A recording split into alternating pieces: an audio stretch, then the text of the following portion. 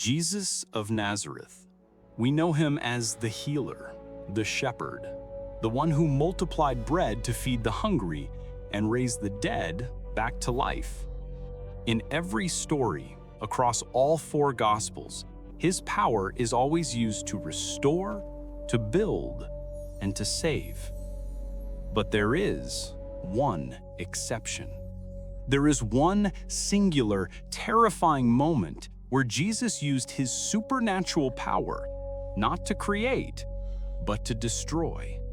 He didn't destroy a Roman fortress. He didn't strike down a soldier. He unleashed a curse upon a tree, a fig tree.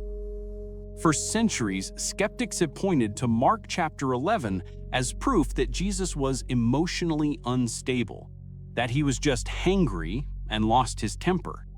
Even believers struggle with this passage. It seems petty.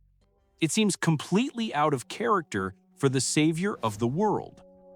But what if I told you that this dead tree is actually one of the most terrifying prophecies in the New Testament? What if this wasn't about fruit at all, but a ticking bomb regarding the fate of a nation and a warning for you and me today?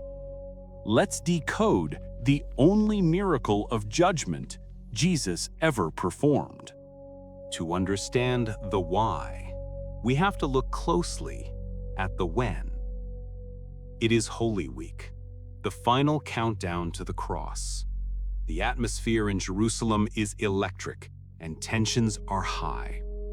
Jesus is walking from Bethany back into the city of Jerusalem. The Bible tells us in Mark 11 that Jesus was hungry. Seeing in the distance a fig tree in leaf, he went to find out if it had any fruit. When he reached it, he found nothing but leaves, because it was not the season for figs. Then he said to the tree, "May no one ever eat fruit from you again." And his disciples heard him say it. Pause right there. Did you catch the detail that makes this whole scene seem incredibly unfair? Mark explicitly writes, it was not the season for figs. Imagine walking up to an apple tree in the dead of winter and cursing it for not having apples. That sounds irrational, right? If it wasn't the season, why did Jesus expect fruit?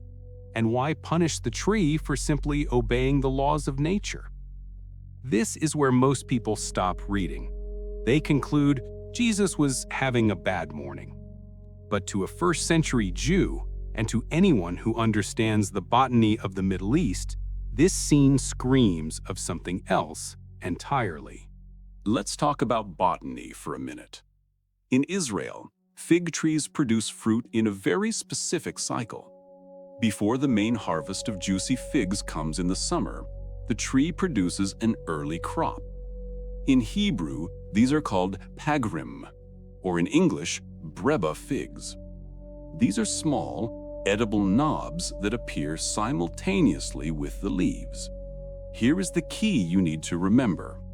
The leaves are the advertisement.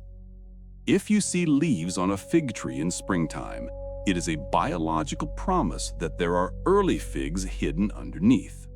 The two come together. If a tree has leaves, it must have fruit. So when Jesus saw the tree in leaf from a distance, he wasn't looking for the main summer harvest. He knew it wasn't that season. He was looking for the pagrim, the early fruit that should have been there because the leaves were there. But this tree was a liar. It had the outward sign of life, the leaves, but it lacked the inner reality, the fruit. It was advertising something it didn't have. It was practicing false advertising. Or in spiritual terms, it was practicing hypocrisy. Now let's zoom out to the bigger picture. Mark, the gospel writer, uses a brilliant literary technique that scholars call the Markan sandwich.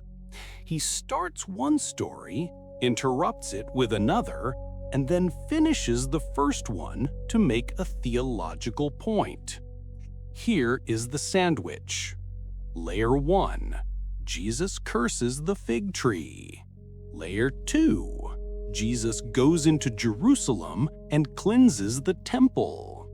Layer 3. The next morning, they pass the fig tree and it is withered to the roots. Do you see the connection? The fig tree is not just a tree. It is a living metaphor for the temple in Jerusalem, even for the nation of Israel itself at that time.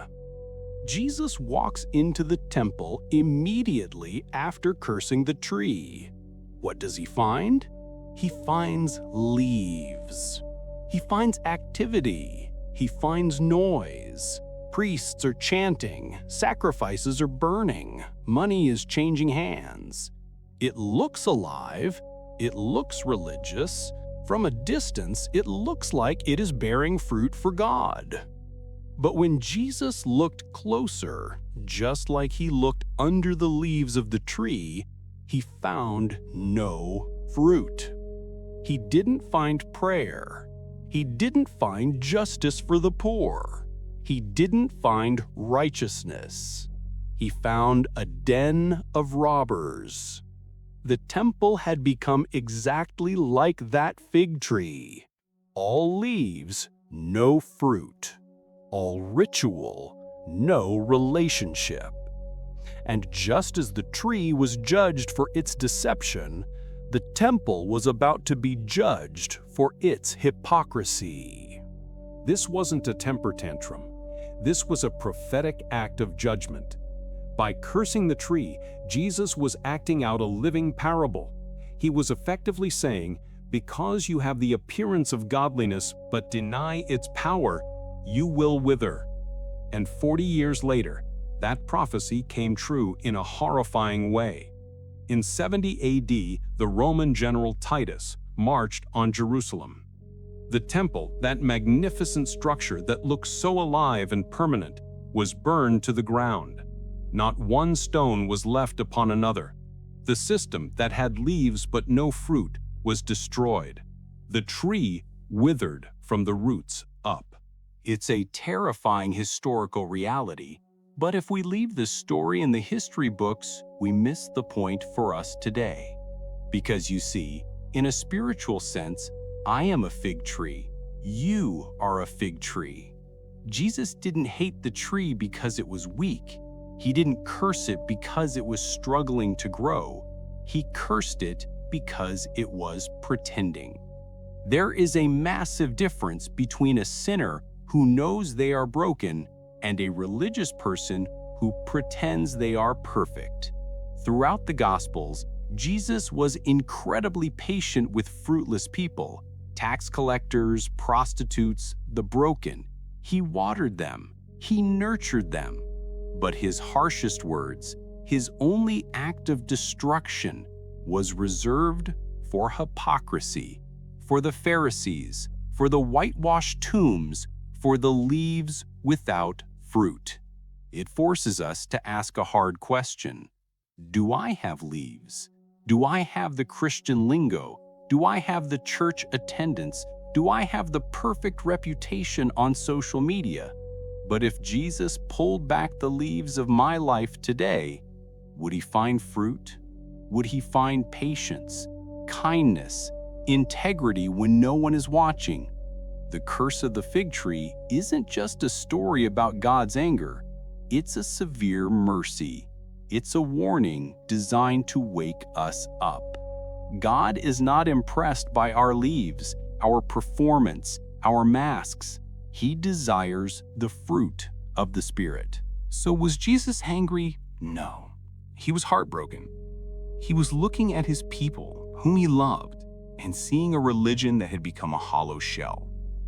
The lesson of the fig tree is simple but dangerous. You cannot fake fruit. Eventually, the season comes where the leaves are pulled back. Don't be content with just looking alive. Be alive. If you found this breakdown helpful, please subscribe. And if you want to dig deeper into these hidden literary structures of the Bible, like the Mark and Sandwich, you need to watch this next video. It explains another moment where the structure of the story reveals a hidden meaning that most people miss. I'll see you over there.